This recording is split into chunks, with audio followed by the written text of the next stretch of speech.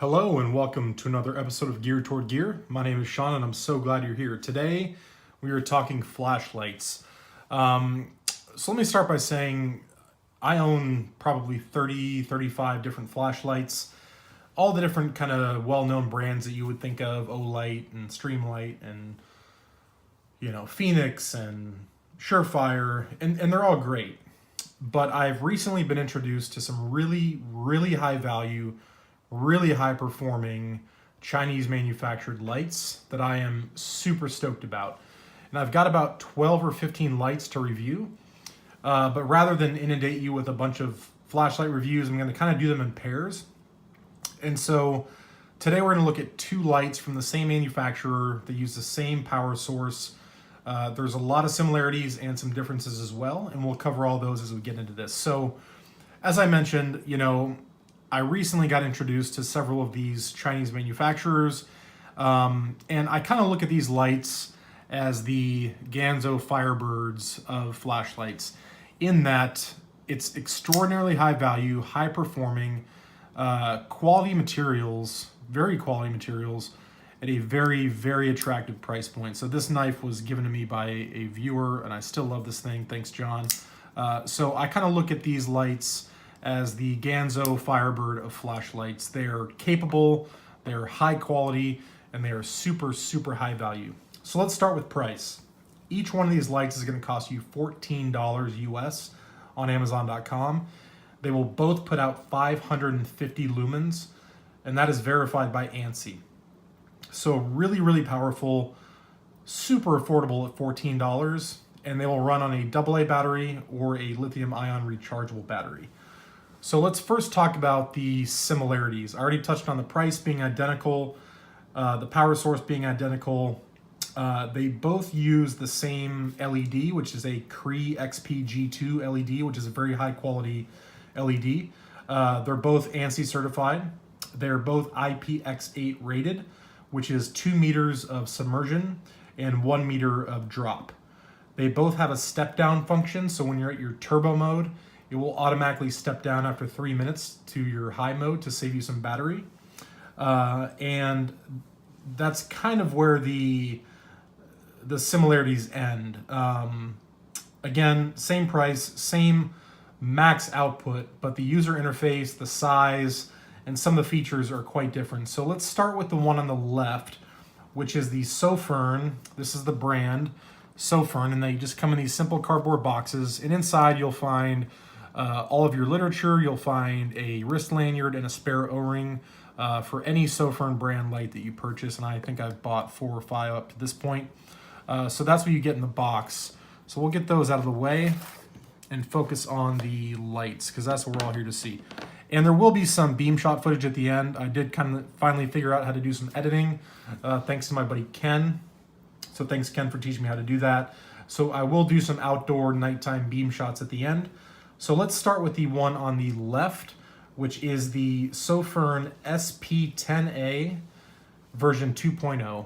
And you can see that designation right there, SP10A version 2.0. And as you'll notice right away, this is a side switch. So that's one major difference. The one on the right is the Sofirn SF14 version 2.0. They're both made of military grade aluminum, and the dimensions are slightly different. And the one on the right here, the SF14, as you can see, has a clicky tail switch. So that's kind of the main difference that most people would immediately jump to, is one is a side switch and one is a clicky tail switch. Some people have their preferences. I don't particularly care one way or another. This one is much more simple. This one is much more rich in features. So let's start with the one on the right as far as user interface and modes and outputs and things like that, because again, it's a little more straightforward. So the SF14 version 2.0, the clicky tail switch light, is going to be 3.65 inches in length by 0.8 inches in width. It's going to weigh 1.3 ounce and have 3 brightness settings. You have an eco mode, which is kind of their version of moonlight, and that's going to be 5 lumens for 75 hours. You have a medium which is 100 lumens for 9.5 hours, and you have a high, which is 550 lumens for 56 minutes. And again, that will step down automatically after 3 minutes to save battery, back down to medium. The user interface on this light is super intuitive. You simply click it on, and to run through your modes, you only have 3 of them. You just do a half press to go from eco to medium to high, eco, medium, high, and that's it. You can also fully depress the tail cap to run through the modes by going eco, medium, high, etc. So very user-friendly user interface, not hard to remember. This one does have a smooth reflector. So if we can get a good shot of the reflector there, you'll notice it is a smooth reflector, and there's your G2 LED right there. And the smooth reflector is going to give you just a little bit tighter of a hot spot. But again, just super simple with that user interface where you just click it on and kind of half press through your modes and turn it off when you're done. And there is no memory feature. So that's kind of the down and dirty on the Sofirn SF14 version 2.0. Super powerful, super user-friendly, and I really like it quite a bit. Now moving on to the light on our left, which is the SP10A version 2.0, the dimensions are going to be slightly different. So if I can line these up here, kind of butt end to butt end, you may notice that the one on the bottom, the SP10 with the side switch, is just a little bit shorter because it doesn't have that clicky tail cap. So the dimensions on the SP10A version 2.0 is going to be 1.34 ounces, so it's actually slightly heavier than its bigger brother. It's going to be 3.5 inches in length and the same 0.8 inches in width. Again, using that same Cree XP-G2 LED. However, this little guy right here, although he's smaller and he's got his side switch, just much more rich in features. This light has 6 modes as opposed to the 3 modes in the SF14. So the modes that you're going to get with the SP10A is going to be an eco mode, which is 0.5 lumens for 227 hours. You're going to get a low, which is 15 lumens for 61.5 hours. A medium, which is 50 lumens for 12 hours. A high, which is 200 lumens for 3.5 hours. And a turbo, and to get to that I need to double click here. The turbo is going to be 550 lumens for 1 hour. And then it does also have a strobe feature, that's your 6th mode, and to get to that I just simply do a triple click. And there's my strobe. So let me quickly go through the UI on this because I kind of went through it quickly there, and we'll set the SF14 to the side here. So to turn it on, you simply press the side switch 1 time. It'll come on in its most recent setting. You long press it to turn it off. So let me get it back down to its lowest mode here. So this is the eco mode. So again, I just did a long press, or I'm sorry, a single press to turn it on, and then each press of the button is going to run you through a mode. So press it once. From eco, you go to low. Press it again, you go from low to medium, then high, and then it's going to cycle back to eco. So it's only going to cycle through those 4 settings by doing the side switch. So eco, low, medium, high, and then back to eco. To access your turbo feature, which is your full 550 lumens, you simply do a double tap of the side switch. So quick double tap, straight to turbo, and long press to turn it off. And from the off position, I can double click it, and it's gonna go straight to turbo, which is nice, or from any other brightness level. So here I'm on low, double click, straight to turbo. So it is nice to have that ability to go straight from any setting to turbo just right off the bat. So I do like that feature. Same thing with strobe. From the off position or any other brightness setting, if I do a triple tap or a triple click, it's gonna go to strobe. Press it 1 more time, it's gonna turn off. Press it again, and it comes back on. So that's the basic user interface for the SP10A version 2.0. Long press to turn it off. So it's not difficult to get used to the UI on this light. There's just more to it. There's more modes. So you have a wider variety of lumen outputs to choose from.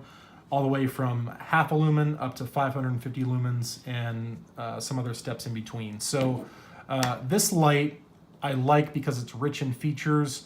I do like being able to get instant access to turbo and instant access to strobe. I also like the form factor being just a little bit smaller in overall size than the SF14, so a little shorter. They both have pocket clips, of course, so you can clip those to your belt. Just great EDC lights all around, putting out a tremendous amount of lumen output at $14 each. To me, is just insane. So let's talk about how we fuel these things. So what I have in both of these lights currently is a lithium-ion rechargeable battery. These happen to be from the manufacturer EBL. And all the specs that I just gave you are on the assumption that you're running a rechargeable 3.7 volt lithium-ion battery. You can also run a standard AA battery. Here's just a cheap Amazon Basics AA. This is an alkaline battery.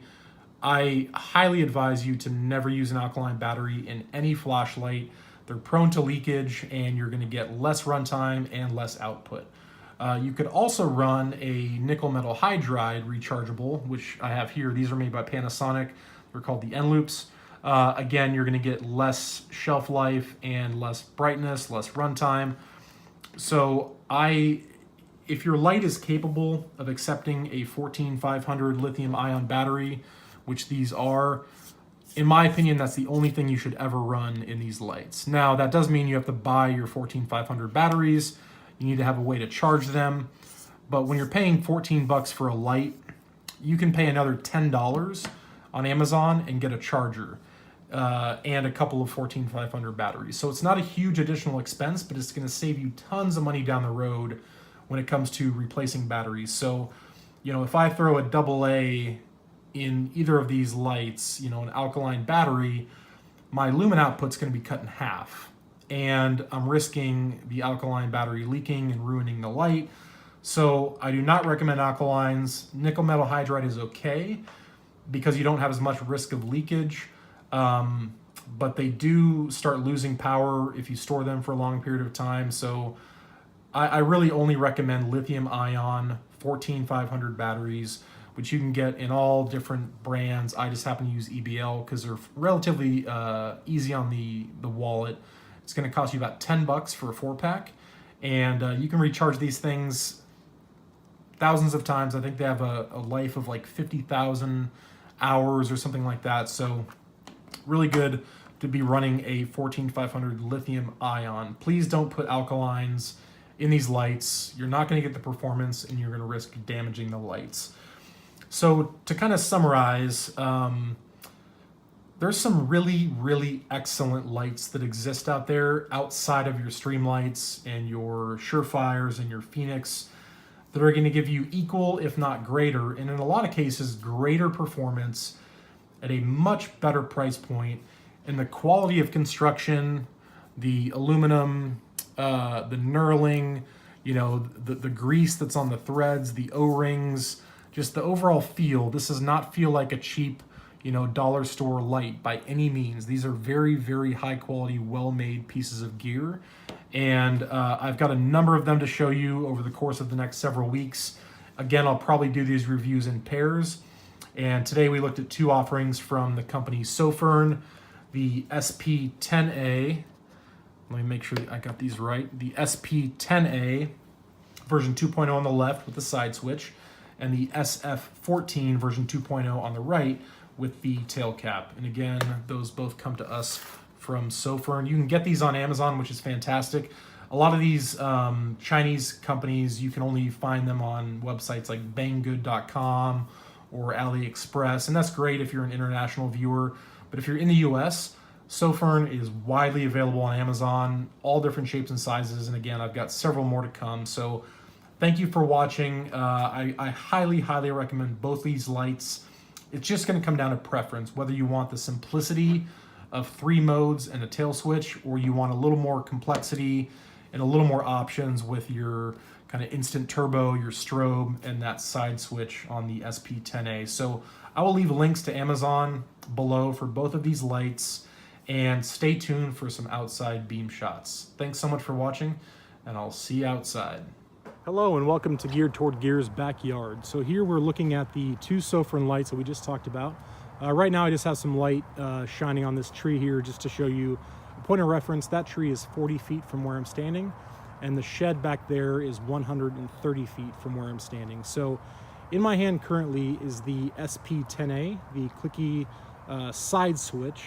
And I'm going to go ahead and put this in turbo mode so you can see the full 550 lumens. So that's 550 lumens shining on the tree at 40 feet and 550 lumens shining on the shed at 130 feet. There's plenty of usable spill. The spill starts about 10 feet from where I'm standing and it lights up the entire yard all the way to the shed. So that is the SP10A at 550 lumens. So now we're going to switch over to the SF14, the clicky tail cap, and we're going to do the same thing. We're just going to go to the highest setting, 550 lumens, again on that tree there, 40 feet away, and on the shed, 130 feet away. So almost an identical beam pattern in terms of the spill that it provides, and I can see the shed perfectly clear and all of the ground between here and there as well. It may not pick up on camera that way, but it's quite bright. A little bit of the fence line there. So let's do these side by side real quick. So we've got the SF14 right here. This is the clicky tail switch. And the SP10A, if I can find the button here in the dark. Okay, so we've got on the right side, the SF14. On the left side, the SP10A. Clicky tail cap, side switch. So you can see the beams are pretty similar. They'll both light up the tree. They'll both light up the shed at those distances. So that's the beam shots on those two lights.